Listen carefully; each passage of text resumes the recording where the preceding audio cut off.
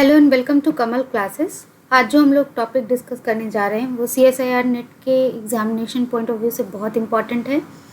हमें कई बार सिर्फ ग्रुप का ऑर्डर दे दिया जाता है और उससे रिलेटेड क्वेश्चन पूछे जाते हैं।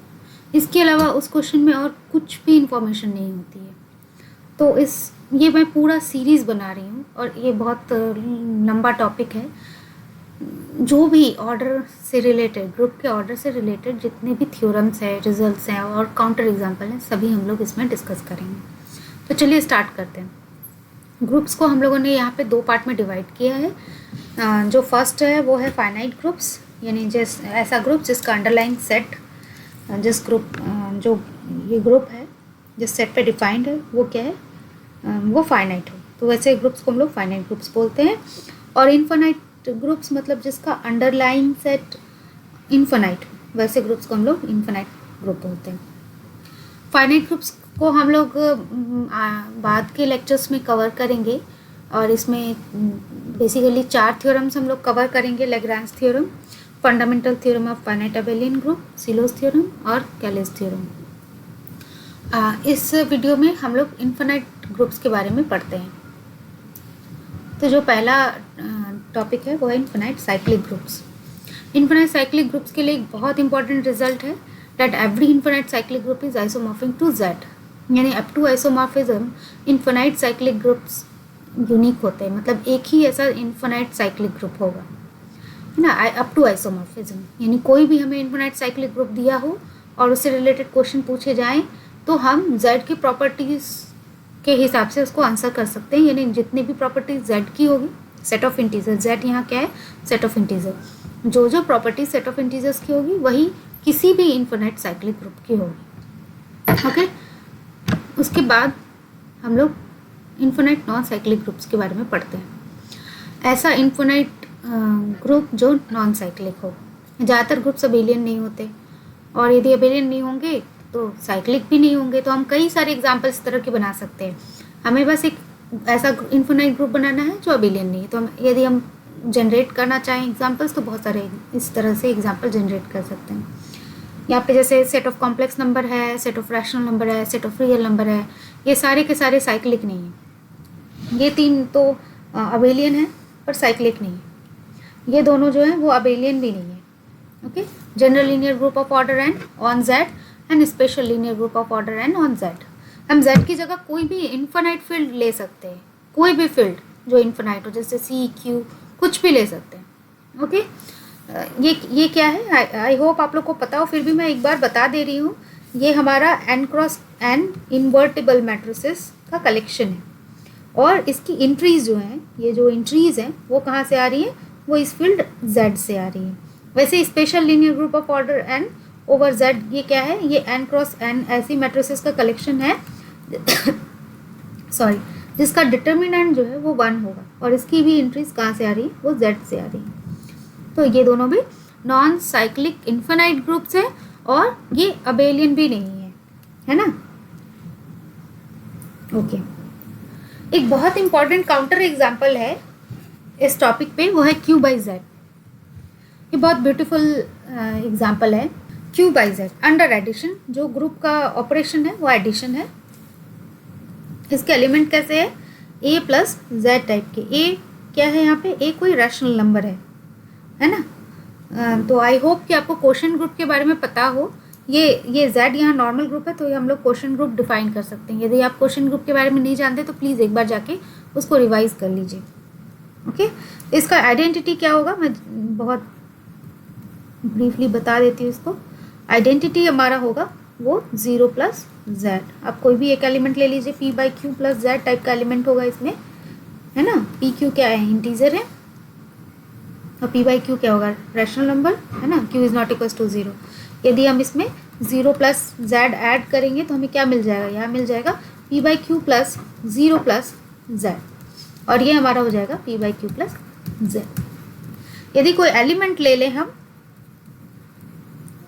एलिमेंट ले ले P by Q plus Z, तो इसका इन्वर्स क्या हो जाएगा हमारे पास, इसका इन्वर्स हो जाएगा, हम लोग देख के यहाँ बता सकते हैं कि minus P by Q plus Z हो जाएगा। इन दोनों को हम सम करेंगे तो क्या हो जाएगा, P by Q plus minus P by Q plus Z which is equals to 0 plus Z. Okay, तो इन्वर्स और आइडेंटिटी हमारी हो गई। इसकी प्रॉपर्टीज यहाँ लिस्ट आउट कर दी गई है। ये एक इन्फिनाइट नॉन साइक्लिक ग्रुप है और ये एक अबेलियन ग्रुप है। इसका जो बहुत इंपॉर्टेंट टॉपिक ये है कि order of each element is finite. इसके जितने भी एलिमेंट है उन सभी का ऑर्डर क्या होता है, वो फाइनाइट होता है। चलिए देखते हैं हम लोग कैसे प्रूव करेंगे कि order of each element is finite. हम लोग कोई भी एलिमेंट ले लेते हैं, पहले एक एग्जांपल से समझ लेते हैं। जैसे हम आप एग्जांपल ले लीजिए, ये एक एलिमेंट है p by Q by Z का, है ना। ये हमने एक रैशनल नंबर ले लिया और z, ये z हमारा सेट ऑफ इंटीजर। ओके, तो इसका ऑर्डर निकालेंगे। इसको कितनी बार हम ऐड करें, यहाँ पे जो ऑपरेशन है ग्रुप का वो एडिशन है, तो हम कितनी बार ऐड करें कि हमें आइडेंटिटी मिल जाए। आइडेंटिटी हमने जस्ट अभी डिस्कस किया, ये है 0 प्लस जेड।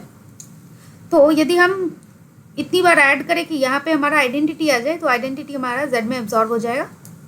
ओके, तो ये देखिए यहाँ ये हो गया 1 प्लस जेड, और 1 प्लस जेड क्या किसके बराबर हो जाएगा, 1 जो है वो इंटीजर है, तो इसमें चला जाएगा, ये हो जाएगा 0 प्लस जेड। ओके, तो ऑर्डर ऑफ, इससे क्या मिला, order of 1/2 plus Z is 2। Okay, और ये फाइनाइट है। चलिए हम एक जनरल प्रूफ करते हैं। जब भी हम जनरल प्रूफ करते हैं तो हम लोग करते क्या है, एक आर्बिट्ररी एलिमेंट लेते हैं और उसके लिए शो कर देते हैं कि रिजल्ट ट्रू है, और वो सबके लिए ट्रू हो जाता है। तो हम लोग एक कोई भी आर्बिट्ररी एलिमेंट ले लेते हैं p बाई क्यू, और इसका ऑर्डर निकालेंगे p by Q plus Z, इसका ऑर्डर निकालते हैं। तो हम इसको कितनी टाइम्स ऐड करें, है ना, जो हमें 0 प्लस जेड मिल जाए। तो हम लोग यदि इसको q टाइम्स ऐड करें तो ये क्या हो जाएगा, हमें मिल जाएगा p प्लस जेड, और p क्या है हमारा, इंटीजर है, ये इसमें एब्जॉर्ब हो जाएगा, और ये हो जाएगा 0 प्लस जेड, है ना। इसका मतलब हुआ कि ऑर्डर ऑफ, ये हमने आर्बिट्ररी एलिमेंट लिया था p by Q plus Z, ये हमें मिल गया, क्या मिल गया, q मिल गया। और q क्या है, ये इंटीजर है, फाइनाइट इंटीजर है ना। इसीलिए हम कह सकते हैं order of every element of q by z is finite. अब यहाँ से एक क्वेश्चन बन सकता है आपके पास, एक बहुत अच्छा काउंटर एग्जांपल है ना। यदि आपको कोई एक स्टेटमेंट दिया जाए कि एक नॉन साइक्लिक ग्रुप है ना, इनफाइनाइट नॉन साइक्लिक ग्रुप है, जिसका सारे एलिमेंट का ऑर्डर क्या फाइनाइट हो सकता है या नहीं हो सकता, तो आपके पास ये एक काउंटर एग्जांपल है कि ऐसा हो सकता है कि किसी इनफाइनाइट ग्रुप के हर एक एलिमेंट का ऑर्डर फाइनाइट हो। तो ये सारे काउंटर एग्जांपल आपको याद रखने हैं, और जब भी हमें इस तरह की चॉइसेस आएंगे तो हम लोग उसको आसानी से डिस्कार्ड कर सकते हैं, है ना। चलिए अगला स्टेटमेंट है, number of element of order n is 5n। ये हम कैसे प्रूव करेंगे, तो अभी हमने देखा था कि जब हमारा हमने ऐसा एलिमेंट लिया, है ना, तो इसका ऑर्डर हमें निकला था क्यों निकला था। ओके, इसको हम लोग एक एग्जांपल से पहले समझते हैं। जैसे हम एक एलिमेंट लेते हैं 1/4 प्लस जेड, इसका ऑर्डर क्या होगा, हम लोग यहीं से देख के बता सकते हैं। ऑर्डर ऑफ 1/4 प्लस जेड हमारा निकल जाएगा 4, ये आप आसानी से निकाल सकते हैं। अब हमें बताएं कि ऑर्डर ऑफ 3/4 प्लस जेड क्या होगा, ये भी हमें मिलेगा 4। पर यदि हम ऑर्डर ऑफ 2/4 की बात करें तो ये हमें क्या मिल जाएगा, ये हमें मिल जाएगा, ये किसके इक्विवेलेंट है, ऑर्डर ऑफ 1/2 प्लस जेड के इक्विवेलेंट है, और ये मिल जाएगा 2। ओके, तो इसका मतलब कि जब हम 4 ऑर्डर की बात कर रहे हैं तो उन सारे एलिमेंट का ऑर्डर 4 है, जहाँ की ये जो 4 है ये डिनोमिनेटर में, ये न्यूमरेटर जब 4 की को प्राइम है तब हमें ऑर्डर क्या मिल रहा है, 4 मिल रहा है। और जैसे ये को प्राइम नहीं है तो इसको ये डिवाइड कर दे रहा है, तो ऑर्डर डिफरेंट हो जा रहा है। इसका मतलब कि यदि हम यहाँ पे p by Q plus Z ले रहे हैं तो इसका ऑर्डर q आएगा,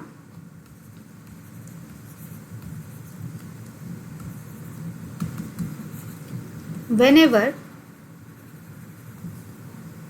p is co-prime to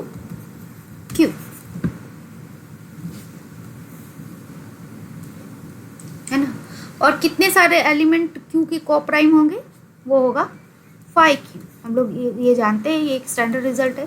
यदि हमें क्यू के को नंबर ऑफ एलिमेंट को प्राइम टू क्यू निकालना है तो हम लोग क्या लगाएंगे, यहाँ पे क्यू 5q निकाल लेंगे, है ना, ये हमारा मिल जाएगा। तो उसी तरह से हम जनरलाइज कर लेते हैं कि that number of element of order n क्या हो जाएगा, यहाँ पे q था उसको बस n से रिप्लेस कर दीजिए, वो हो जाएगा हमारा 5n, नंबर ऑफ एलिमेंट्स को प्राइम टू n। ओके,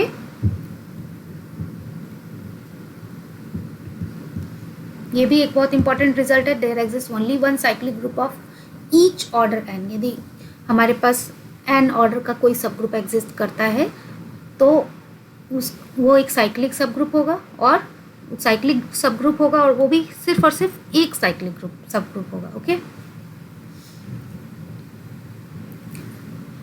चलिए इसको देखते हैं। The number of cyclic sub group of order n is equals to क्या होता है, ये होता है number of elements of order n divided by 5n।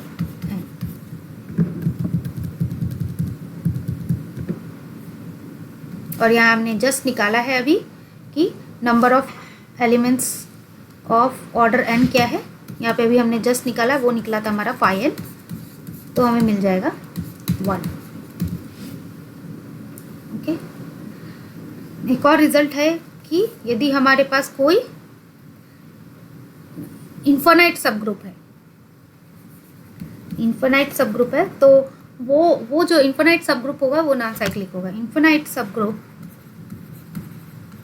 Of q by z is non cyclic.